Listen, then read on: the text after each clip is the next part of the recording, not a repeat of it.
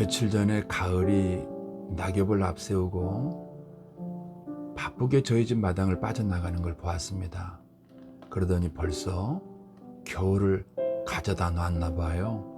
저희가 살고 있는 지역 가까운 덕유산에는 벌써 겨울왕국이 이루어져 있다고 하는 뉴스가 나왔습니다. 여러분 감기 조심하시고 건강한 매일매일 되시기를 예수님 이름으로 축복하고 그리고 사랑합니다. 저는 오늘 괜찮아, 괜찮다 이런 제목으로 함께 은혜를 나누려고 합니다. 우리가 사는 세상이 온통 어렵고 힘든 것이 늘 이렇게 밀물처럼 밀려와서 우리를 낙심할 때도 있고 아프게 할 때도 많습니다만 이럴 때 여러분 저와 함께 따라서 먼저 이렇게 해보실까요? 괜찮다, 괜찮아. 다시 한번 자기 이름을 부르면서 한번 해볼까요? 괜찮다, 괜찮아.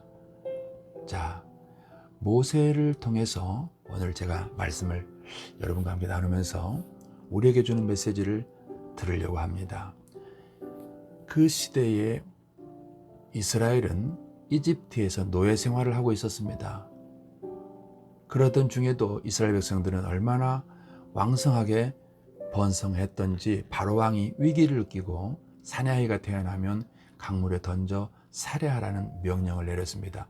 이러한 시국에 모세가 태어났던 겁니다.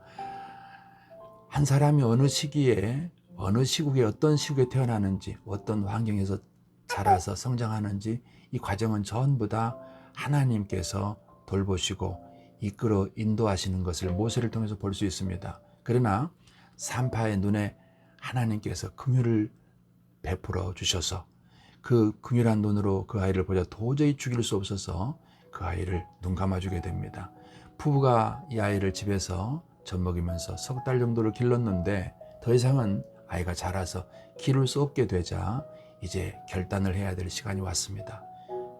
결국 갈대상자를 가져다가 역청을 바르고 물이 들어오지 않도록 역청을 바르고 그 안에 작은 아마 아이가 누울 수 있는 그런 이효를 만들어 놓고 아이를 누우고 뚜껑을 덮습니다. 그리고 그 아이를 강물에 두둥실 띄워보냅니다. 이 띄워보내는 이 장면을 연평한 형제가 글을 쓰고 곡을 붙여서 여겹에서 노래라는 아름다운 노래가 만들어졌어요. 거기에는 이 아이를 띄워보는 엄마의 마음이 잘 스며들어 있습니다. 제가 읽어보겠습니다. 작은 갈대 상자, 물이 새지 않도록 역청과 나무진을 칠하네. 어떤 마음이었을까? 그녀의 두 눈엔 눈물이 흐르고 흘러 둥그란 눈으로 엄마를 보고 있는 아이와 입을 맞추고 상자를 덮고 강가에 띄우며 간절히 기도했겠지. 정처 없이 강물에 흔들흔들 흘러내려가는 그 상자를 보며 눈을 감아도 보이는 아이와 눈을 맞추며 주저앉아 눈물을 흘렸겠지. 너의 삶의 참 주인, 너의 참 부모이신 하나님 그 손에 너의 삶을 맡긴다. 너의 삶의 참 주인, 너를 이끄시는 주님이 너의 삶을 인도할 것이다. 그 하나님의 손에 너의 삶을 드린다. 이런 가사입니다. 참 아름답죠? 그 엄마의 마음이 그대로 녹아있죠. 자, 하나님께서 다음 일을 위해서 또 한 번 역사를 시작하셨습니다. 그 때에 아이가 강물에 떠내려가는 그 시기에 강가에 나와서 수영을 하고 있던 그 나라 왕의 딸이 이 상자를 발견하고서 건져내서 뚜껑을 열어보니 사내아이가 엄마가 떨어졌으니 무서워서 울고 있는 거예요. 그 순간 이게 히브리 아이라는 사실을 알면서도 불쌍한 마음에 워낙 불쌍한 마음이 들어서 이 아이를 건져내고 그리고 유모를 구해서 이 아이를 양육을 하게 합니다. 그런데 그 기가 막힌 반전이 그 유모가 친엄마가 되어서 친엄마가 직접 아이를 기르게 된다는 것입니다. 이것 또한 하나님의 역사하심이 아니면 하실 수가 없는 것입니다.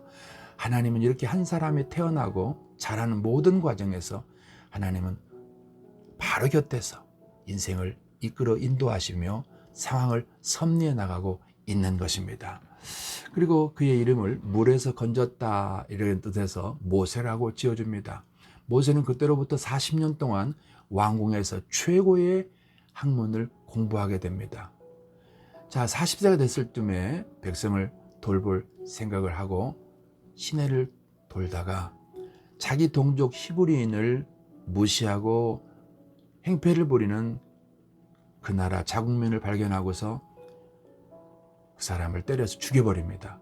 그리고서는 모래에 묻어놓고 미디안 땅으로 도망을 가게 됩니다. 그 미디안은 광야입니다. 아는 사람이 있는 것도 아닙니다. 하룻밤 유숙할 곳이 있어서 간 것도 아닙니다. 그저 도망간 것입니다. 그곳에서 하나님이 또다시 역사하십니다. 우물가에서 배가 고파서 물을 마시려고 우물가에 가서 물을 마시고 잠시 쉬고 있는데 저쪽에서 그날 그 땅에 미디안 제사장의 딸들이 양들을 끌고서 물을 먹이러 오는 거예요. 그러고 있는데 그 이윽고 저 뒤에서 다시 남자 목동들이 양들을 데리고 물을 먹이러 그 샘으로 오는 것입니다. 그러더니 남자 목동들이 먼저 자기들 양에게 물을 먹이겠다고 이 아가씨들, 여자들이 끌고 온 이 양들을 쫓아내는 겁니다. 이걸 보고 있던 모세가 이 장면에서 개입합니다. 그리고서 도와줘서 여인들이 데리고 온 양들에게 먼저 물을 먹이게 합니다. 이것이 계기가 되어서 그 지역에 제사장인 미디안 지역의 제사장의 집에서 머물게 되고 그 집에서 양들을 돌보며 일을 하다가 나중에는 그 집의 딸과 결혼하게 되는 이런 과정들이 쭉 있습니다. 미디안 광야에서 모세는 이제 40년의 시간을 보내고 있습니다. 매일 양들을 이끌고 들판에 나가서 풀을 먹이고 해가 질 때쯤 되면 데리고 들어오고 이런 일을 반복하고 있었습니다. 그러면서 그 고적하고 외로운 곳에서 아무도 자기를 아는 사람이 없는 곳에서 그리고 한 번도 해보지 않은 일을 하면서 고된 세월을 보내고 있었던 것입니다.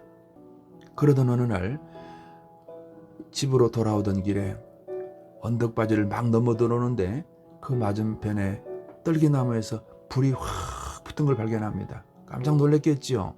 나무에 불이 붙었으니 왜 저게 불이 났을까 싶어서 가까이 다가가니까 거기서 하나님의 음성이 자기를 부르는 것입니다. 모세야, 모세야.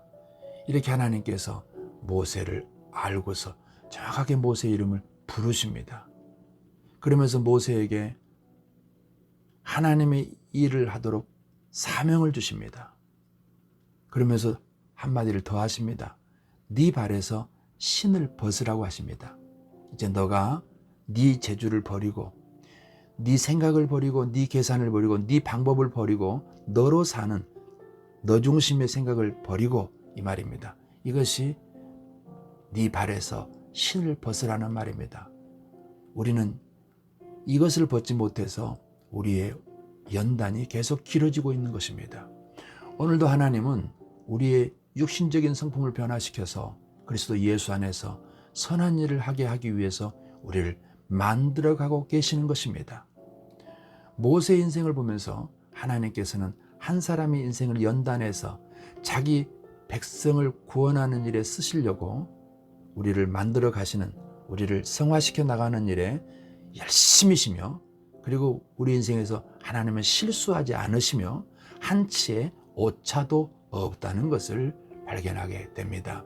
야고보서 1장 2절에서 4절까지 말씀을 여러분 함께 보실 수 있기를 바랍니다. 2절에는 형제들아 너희가 여러 가지 시험을 당하거든 온전히 기쁘게 여기라고 말씀하십니다. 시험을 만나면 왜 기쁘게 여겨야 될까요? 이 말씀이 3절에 있습니다. 그 이유는 너희 믿음의 시련이 인내를 만들어내는 줄 너희가 알미라, 그렇게 말씀을 하십니다. 영어 버전에서는 이 부분을 이렇게 표현합니다. Because you know that the testing of your faith. 근데 그 다음 단어가 정말 기가 막힌 단어가 있습니다. Develops perseverance라는 말이 나옵니다. 이런 단어가 나와요. 근데 여기서 develops라는 말은 발달시키다 이런 뜻입니다. 그런데 develops라는 단어를 사용하지 않고 produces라는 단어를 사용하는 버전도 있습니다. produces 이 말은 생산하다 이런 뜻입니다. 그리고 그 이어서 perseverance 인내라는 뜻입니다. 그러면 이런 표현이 우리에게 어떤 메시지를 주고 있습니까? 인내를 견디라고, 믿음의 시련이 너희 인내를 만들어내는 줄 너희가 알미라고 우리말 성경은 말씀하십니다. 그렇습니다. 우리가 시련을 견디면, 극심한 시련을 견뎌내면 이 시련이 perseverance, 우리가 이거를 고난을 뚫고 나갈 수 있는 그런 능력을 발달시키고 그런 능력을 생산해 준다는 것입니다. 그러므로 인내를 겪고 나면 환경을 뚫고 나가는, 문제를 뚫고 나가는 능력이 우리한테 주어지는 것입니다. 여러분, 오늘 우리가 힘을 다해서 인내를 해야 합니다. 시련을 인내해야 합니다. 견뎌야 됩니다. 포기하지 말아야 됩니다. 그럼 반드시 훌륭한 프로 선수가 되듯이, 또 국가 대표 선수가 되듯이 우리는 이 세상을 이기는 사람이 될 수 있다는 것입니다. 이렇게 4절은 이런 말씀을 하십니다. 인내를 온전히 이루어라. 이는 너희로 온전하고 구비하여 조금도 부족함이 없게 하려 함이라는 것입니다. 그렇습니다. 그래서 우리가 인내를 인내해야 됩니다. 시련을 견뎌야 됩니다. 힘든 상황을 견뎌낼 때 우리에게는 큰 선물로 우리 앞에 다가오는 어떤 환경도 이겨낼 수 있는 그런 능력이 생산되고 발달된다는 그런 표현입니다. 우리 앞에 다가와 있는 대환란에 여러 징조들이 있습니다. 이 대환란에서 견딜 수 있어야 우리는 궁극적으로 승리할 수 있는데, 그 훈련을 지금 하고 있다고 여러분 자신을 잘 다독여야 됩니다. 괜찮다, 괜찮아. 다시 한번요. 괜찮다, 괜찮아. 내게 주어져 있는 내 현실 속에 다가온 문제들을 향해서 내가 견딜 수 있어야 됩니다. 그때 나를 위로해야 돼요. 괜찮다, 괜찮아. 하나님이 너와 함께 하신다. 시련과 인내를 통해서 우리 영혼에 참 좋은 신앙의 덕목이 생깁니다. 그것이 뭔가 그러면 교만이 무너집니다. 그리고 하나님의 성품이 우리 안에 잘 발달되게 됩니다. 그 하나님 앞에 교만은 나로 사는 것이고, 겸손이란 하나님으로 사는 것입니다. 이런 성품이 이 시련 기간에 만들어져서 우리를 하나님의 사람다운 사람으로 만들어가는 것입니다. 어떤 상황에서도 자신을 신뢰하지 않고 어떤 환경에서도 낙심하거나 좌절하지 않는 성도들로 된다는 것입니다. 그래서 이 사람 모세를 향해서 그 온유함이 지면의 모든 사람보다 더하더라. 모세는 원래 그런 사람이 아니었습니다. 그런 혈기가 있었던 사람입니다. 성질이 급한 사람이었습니다. 사람을 죽일 수 있는 그런 사람이었단 말인 것입니다. 그런 그가 온유함이 지면의 모든 사람보다 더하더라. 어떻게 이렇게 변했을까요? 40년의 광야 생활이, 미디안 광야에서 그 고적한 세월이 이 사람을 이렇게 변화시켰던 것입니다. 하나님은 우리를 광야로, 고난 가운데로 부르시고 위대한 하나님의 사람, 영적 거인으로 만들어 가십니다.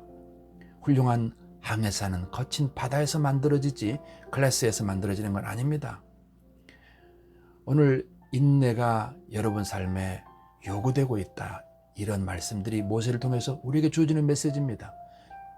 저를 한번 따라서 한번 해보실래요?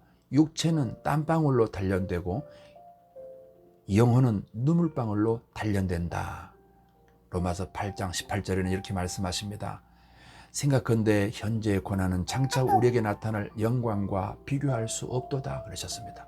하나님의 당장은 우리들을 시험하셔서 힘들지만, 그러나 정금처럼 만드는 과정이고, 우리를 하나님의 자녀로 온전하게 하시는 과정이고, 우리들이 부족함이 없는 천국의 시민 되게 하시기 위한 과정임을 알고요, 주님의 때를 바라보며 인내하며 감사함으로 오늘 이길 수 있기를 바랍니다. 시간에 이어서 지금부터 제 간증을 좀 이어가도록 하겠습니다. 지난 방송들을 이어서 들으시면서 오늘 방송으로 이어오실 수 있기를 바랍니다. 기적적인 하나님의 역사로 주택을 구매하게 되고, 또 졸업을 하고 목회를 시작해야 되는 시기에 맞춰서 그 주택을 매매하게 하셨습니다. 그 주택을 구입하고 매매하는 과정이 기적인 것은 아무것도 없는데 하나님께서는 다음을 위해서 그 집을 사게 하셨고, 그리고 그 집을 다시 팔았을 때 개척할 수 있을 만큼의 자본이 이미 손에 쥐어져 있었습니다. 정말 놀라운 일 아닙니까? 이렇게 해서 거창에서 이제 개척을 하기 위해서 도착을 해서 여러 번의 어려움 끝에 건물을 임대하게 되었고요. 그리고 그 건물을 임대해서 이제 내부 인테리어를 하고 교회당을 꾸몄습니다. 자, 그때까지만 하더라도 앞으로 닥칠 어려움에 대해서는 상상을 못하고 있었습니다. 그것이 인생 아니겠습니까?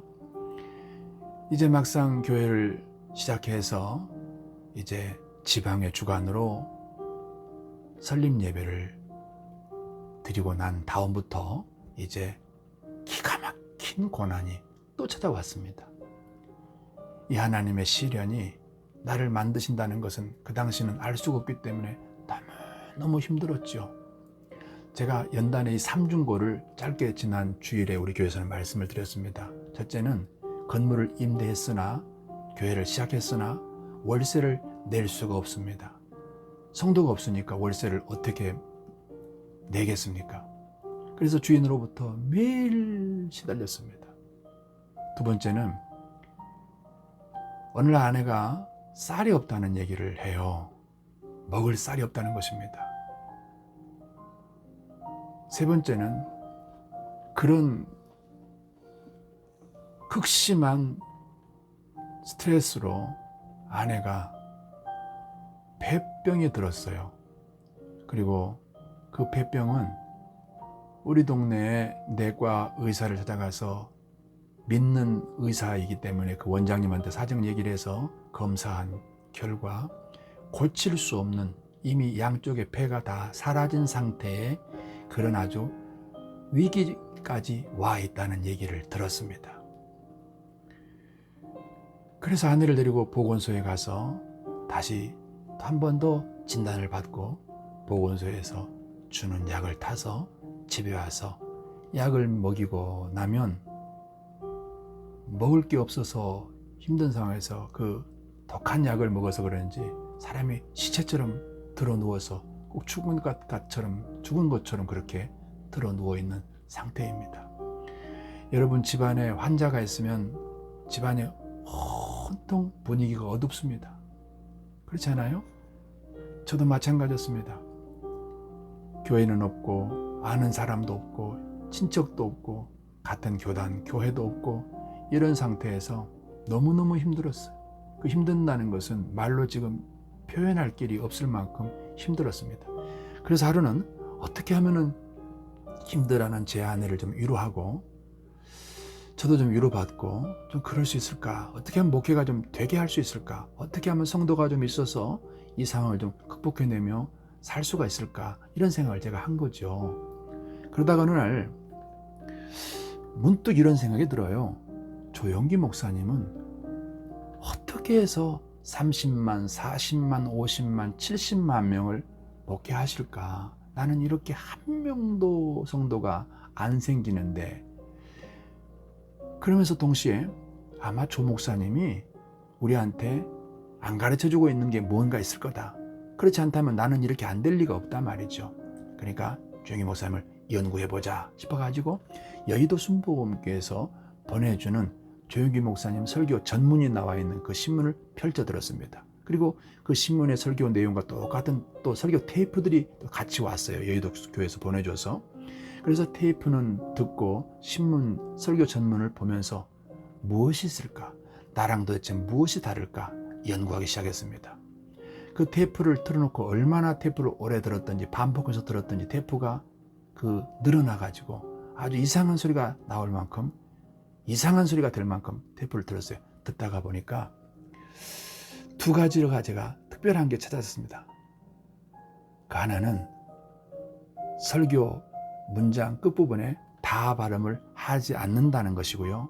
또 한 가지는 중간중간 혀를 말라서 굴린다. 이런 특징을 발견했습니다. 그래서 다시 한번 다른 신문을 가지고 와서 다른 설교 본문, 설교 원본 원고와 연결해 맞춰보면서 설교 전문을 또 한 번 읽어봤습니다. 그 설교 같은 설교 테이프를 들으면서 역시 똑같아요. 그래서 볼펜으로 표시를 했습니다. 다 발음은 전부 지웠어요. 여기는 다를 하지 않는 것이다. 그분이 어느 쯤에서 어느 단어에서 혀를 꼬는지를 자세히 듣고 있다가 이 단어에서 혀를 꼬는다, 혀를 꼬아서 한다, 이렇게 표시를 했습니다. 설교 전문에다가. 그리고 나서 이제는 부지런히 연습을 했습니다. 연습을 하니까 나중에는 이제 이 정도 하면은 됐다 싶어서 이제 이거를 제 아내 앞에서 한번 해서 한번 시험을 해보고 싶은 거예요. 평가를 받고 싶다 이 말이죠. 얼마나 어떤 변화가 있는지 궁금해서 말이죠. 그래서 어느 날 주일입니다. 설교를 준비한 게 아니라 그 설교 전문이 나와 있는 신문을 연습한 신문을 볼펜으로 다 발음은 지우고 그리고 혀를 꼬는 장면에서는 동그라미를 친 그 신문을 들고 설교단에 섰습니다. 그리고서 제가 주 목사님이 설교하신 그 내용을 그대로 제가 연습한 대로 해보기로 했습니다. 어떤 반응이 과연 제 아내에게서 나타나는지 궁금해서 말입니다. 이게 만약에 제 아내한테 반응이 있다면 나도 이제 20만 명, 30만 명 할 수 있다는 것이 증명된 것이다. 이런 생각이 들었습니다. 여기서 먼저 조윤기 목사님의 원본 말씀을 먼저 들어보시면서 두 가지를 잘 들어보세요. 다 발음을 하지 않는 것과 그 다음 중간중간 혀를 굴러서 꼬는 것, 이것을 저는 부흥의 비밀이다 이렇게 제가 생각을 하고 이걸 연습했다 이 말입니다. 일단 한번 들어보시겠습니다. 들어보시면서 여러분도 한번 제 말을 기억하면서 한번 들어보시기 바랍니다. 유라굴라에 소속한 사람이 아니었었으니 그는 하나님께 속했으며 그는 하나님을 섬기고 있었으니 오늘 이 시간 육신의 정욕입니까? 안목의 정욕입니까? 이 세상 자랑입니까? 권력입니까? 돈입니까? 쾌락입니까? 여러분께서 탐심을 섬기고 나가면 그 결과는 부시불식간에 유라굴라의 풍랑 속에 떨어지게 되는 것입니다. 여러분 들으셨죠? 어떻습니까? 다 발음을 하시지 않고 설교를 하시는 것처럼 들리지요? 제가 이제 연습한 것을 제가 한번 이제 해보겠습니다. 여러분 비슷한지 한번 들어보세요. 제가 한 문장만 하겠습니다. 하나님은 할렐루야, 하나님은 여러분을 사랑하십니다. 이 문장을 제가 해보겠습니다. 할렐루야, 하나님께서는 여러분을 사랑하시비요. 어떻습니까? 비슷한가요? 다 발음 안 했죠? 중간에 혀를 굴러서 꼬았죠? 바로 이것입니다. 이제 제가 이처럼 하기 위해서 섰다 이 말입니다. 강대상에 이제 집사람 혼자 앉아있는 그 교회당을 바라보면서 힘있게 이렇게 외쳤습니다. 그랬더니 아내 반응이 왔습니다. 고개를 수그리고 멍하고 앉아있다가 제가 조영기 목사님 흉내를 이렇게 내서 설교를 하니까 이 한 줄을 외치니까 고개를 들고 자기도 모르게 할렐루야 하는 것입니다. 와, 됐다. 되는구나. 제가 자신을 가지고 이제 두세 번 더 했던 것 같아요. 설교 준비할 게 없습니다. 이제는 이것만 열심으로 연습해서 하면 되겠다는 생각을 하고 제가 그렇게 흉내를 냈던 것입니다. 한 두세 주 더 이렇게 했던 어느 주간에 집사람이 갑자기 좀 하지 마요 이제. 그래서 얼마나 부끄럽던지 더 이상 제가 흉내내고 이럴 수 있는 것을 제가 접었습니다. 조영기 목사님 흉내를 낸다는 것으로 부흥이 되는 게 아니라는 것을 이렇게 제가 알게 되었습니다. 여전히 교회는 변화가 없고 여전히 적막강산이고 집사람은 여전히 아파서 그렇게 있고 쌀은 없고 제가 그래서 어떻게 하면은 부흥을 좀 할 수 있을까 생각을 하다가 어느 날 저희 교단에서 만드는 국민일보 신문이 저희 교회로 배달이 되고 있었습니다. 그 신문을 넘기다 보니까 신문 하단에 대한민국 그 당시 우리나라에서 최고의 부흥사들의 부흥의 광고가 쫙 하단에 있었어요. 이걸 보면서 이런 생각을 했습니다. 부흥사들은 부흥을 시켜주는 사람인가 보다. 우리가 이발소에 가면 이발을 이발사가 해주듯이 부흥사를 모시기만 하면 우리 교회에 오셔서 그분들이 오시기만 하면 우리 교회 부흥을 시켜주시는 것이구나, 이렇게 생각을 했습니다. 제가 사실 얼마나 이 교회에 대해서 몰랐는지, 얼마나 모르는지 여러분 아시겠죠? 이렇게 문외한 인재를 하나님께서 그렇게 세우시고 쓰시고 있는 것입니다. 자, 그래서 어느 날 신문을 펼쳐놓고 그분들의 주소를 다 전화번호를 땄습니다. 전화번호를 따서 이제 한 10분 정도 되었던 것 같아요. 이분들의 전화해서 이분들 우리 교회 오시기만 한다면 이제 부흥이 되겠다는 생각을 제가 한 거예요. 자, 오늘 하루 시간을 내서 책상에 앉았습니다. 전화기를 들었습니다. 그리고 이제 1번부터 이분들이 오시기만 하면 부흥이 되니까 제일 유명한 분을 먼저 전화를 하기로 하고 수화기를 들었습니다. 번호를 돌리니까 저쪽에서 먼저 상대방에서 그 목사님이 전화를 받으시면서 이렇게 하시는 거예요. 근데 제가 이 상대방의 목사님이 전화를 받으시는 순간 제가 오금이 저렸습니다. 마치 호랑이 울음소리에 토끼가 그냥 그 앞에 꼬꾸라지듯이 말입니다. 제가 전화를 하니까 먼저 이렇게 말씀하세요. 할렐루야! 얼마나 무섭고 놀랐던지 제가 그랬어요. 저는 시골에서 개척한 전도사인데요. 목사님, 우리 교회가 부흥이 안 되고 집사람은 아프고 너무 힘이 들어서 목사님 우리 교회 오셔서 부흥회 좀 해주시면 좋겠다 싶어서 연락을 드렸습니다. 그랬더니 다음 질문을 하시는데 똑같은 톤으로 말씀하세요. 예, 교인이 몇 명입니까? 제가 그래서 거짓말할 수 없잖아요. 솔직히 정직하게 말했죠, 뭐. 예, 3명인데요. 그랬더니 수화기가 따닥 끊어졌어요. 나는 이 수화기가 왜 끊어지는지, 전화가 왜 끊어지는지 몰랐어요. 그래서 이상하다 싶어서 두 번째도 아주 유명한, 한국에서 유명한 분입니다. 그래서 전화했더니 똑같이 전화를 받더라고요. 근데 그분은 질문을 다르게 해요.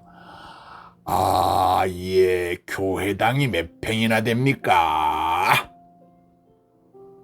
이것도 솔직히 정직하게 말해야 되잖아요. 그 당시 우리 교회는 32평을 반 막아서 사택을 반쪽하고 반 가지고 교회당을 했기 때문에 15평입니다. 제가 사실대로 말씀드렸어요. 안내 목사님, 저희 교회는 15평입니다. 그랬더니 수화기가 또 따다닥 끊어지는 거예요. 왜 끊어지는지를 모르겠어요. 자, 그러고서 3번째, 4번째, 5번째 다 똑같아요. 전화 받지도 않으시는 분도 계시고. 그러더니 6번째인지 7번째인지에서 어떤 목사님이 내 사정 얘기를 했더니 듣고서 해주겠다는 거예요. 그래서 이제 그분하고 약속을 잡고 제일 먼저 집사람한테 갔습니다. 기쁜 마음으로. 집사람이 기뻐할 것 같아서 여보 누워있는 제 아내를 흔들면서 말했어요. 여보 이제 우리 교회도 부흥하게 됐다. 힘없는 눈으로 나를 쳐다보는 거예요, 아내가. 근데 내가 대답을 했습니다. 이제 부흥사를 모셔서 부흥회를 하게 됐으니까 이제 부흥되는 거 아니겠냐. 이제 걱정하지 마라. 이제 우리도 쌀도 생긴다 이제. 그랬더니 집사람이 나를 한번 참 쳐다보더니 무슨 돈으로 부흥회를 할 거냐는 거예요. 그 말 듣고 나니까 저 그건 몰랐거든요. 그래서 제가 집사람한테 그랬어요. 부흥회 하는데 돈이 드나? 부흥회 하려고 하면 돈이 있어야 되나? 그랬더니 집사람 대답을 하지 않아요. 돈이 있어야 된다는 얘기입니다. 아유, 큰일 났어요. 약속은 했지 취소도 할 수도 없는 상황 아닙니까? 그런데 그 다음에 우연히 어디서 이 교회에 있는 주변에 어떤 분인지 저를 알고 인사를 해요. 전사님, 교회 부흥 많이 됐지요? 그래서 예, 부흥이 안 돼서 부흥회를 하려고 약속을 잡아놨는데 돈이 없어서 걱정입니다. 그러고 지나쳤어요. 그러더니 그로부터 며칠 뒤에 그분이 우리 교회를 찾아오셨어요. 문을 두드려서 나가보니까 그분이 안주머니에 손을 이렇게 넣어서 뭔가를 끄집어내려고 그래. 보니까 직감적으로 돈이다 싶은 거예요. 그래서 그 봉투가 다 나오기 전에 내가 손이 먼저 나갔습니다. 그리고 그를 딱 잡았습니다. 그분의 손을 잡고 그랬더니 그분도 손을 또 안 놓고 자기도 잡고 있는 거예요. 그러면서 하는 말씀이 전사님이 부흥회를 한다 그래서 돈이 없다 그래서 제가 빌려드리는 겁니다. 부흥회 끝나면 갚아주셔야 됩니다. 그래서 그 돈을 빌려서 전단지 8,000장을 찍어서 부흥회 준비를 하는 겁니다. 장날입니다.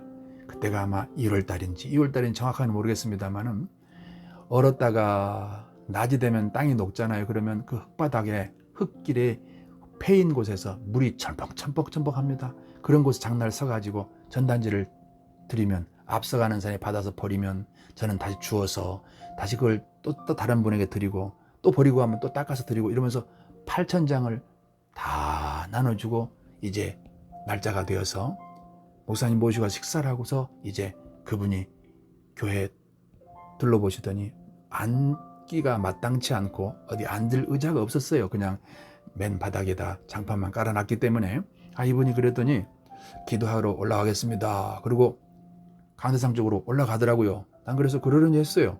그랬더니 조금 있다가 아주 이상한 소리가 나는 거예요.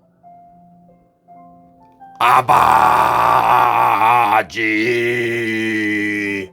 이 소리에 그만 놀랐어요. 제가 무슨 소리가 이런 소리가 나는가 싶어서 제가 앞으로 가봐서 그분을 바라보면서 이렇게 구경을 하고 있어요. 고개를 내밀고 이렇게 쳐다보고 있는데 몇 번을 그렇게 외치더니 뒤에가 너무 고요하다 생각이 됐던지 이분이 갑자기 고개를 휙 돌리더니 그 순간 쳐다보고 있던 구경하고 있던 제 눈과 마주쳤습니다. 순간 얼마나 부끄럽고 창피하고 미안하던지 그분이 마치 이렇게 묻는 것 같아요. 뭐하니? 아무도 아직 없어? 이런 것 같아서 제가 주여 아직 아무도 없나이다 그래 버렸어요. 그랬더니 그분은 다시 돌아서서 하던 기도를 계속 하더라고요.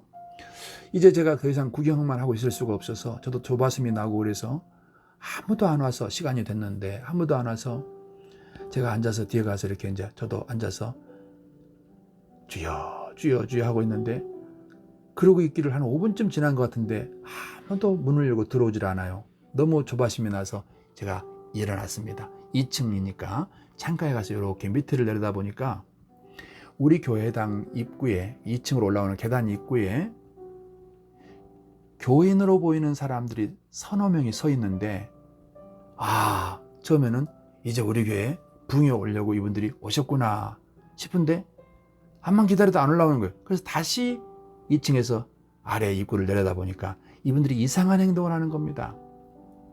손가락으로 저 멀리 오시는 한 분 한 분 이제 붕의 시간에 맞춰서 오시는 것 같아요. 그쪽을 향해서 길가를 향해서 손가락으로 흔들면서 돌아가세요. 안 됩니다. 돌아가세요. 이렇게 하고 있는 거예요.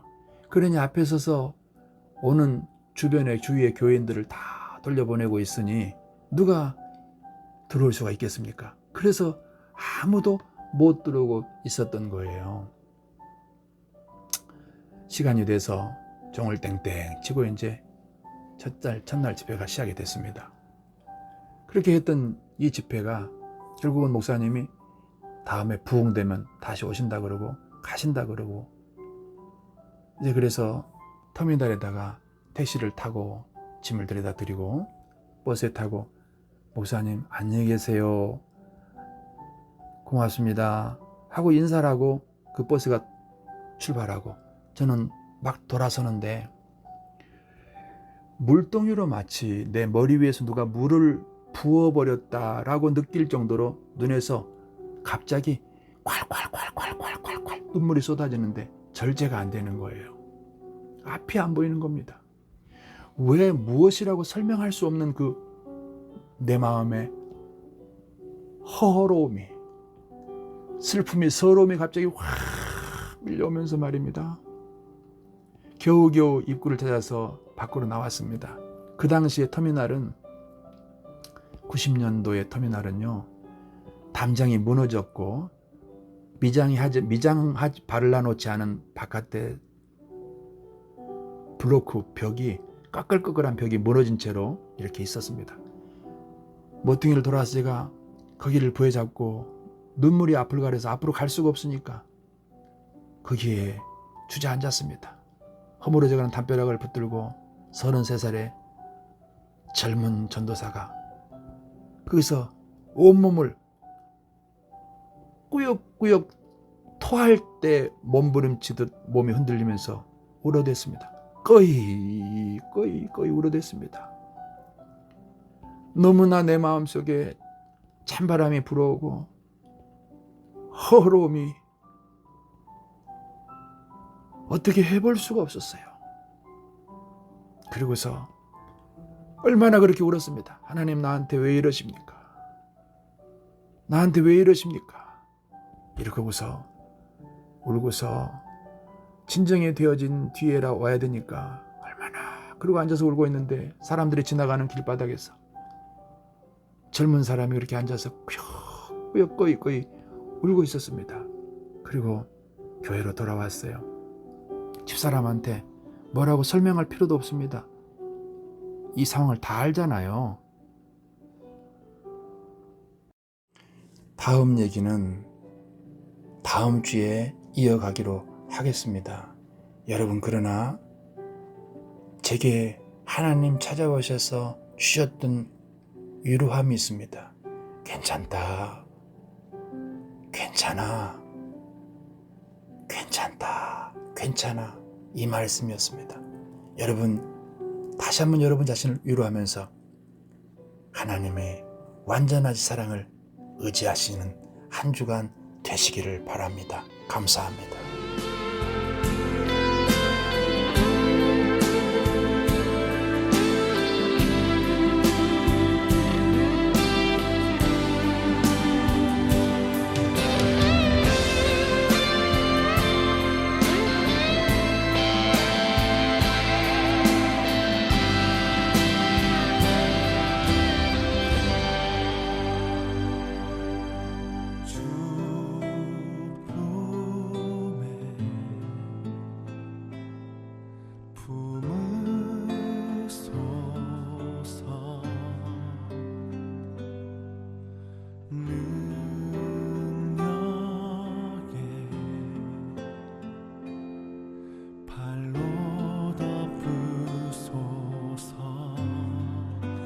거친 파도 날 향해 와도 주와 함께 날아오르리.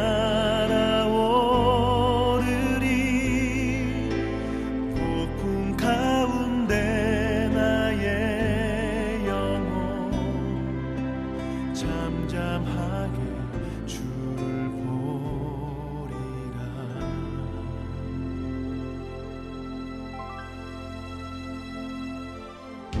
주님 안에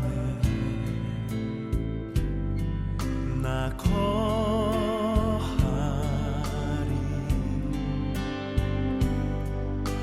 주 능력 나 잠잠히 믿네. 거친 파도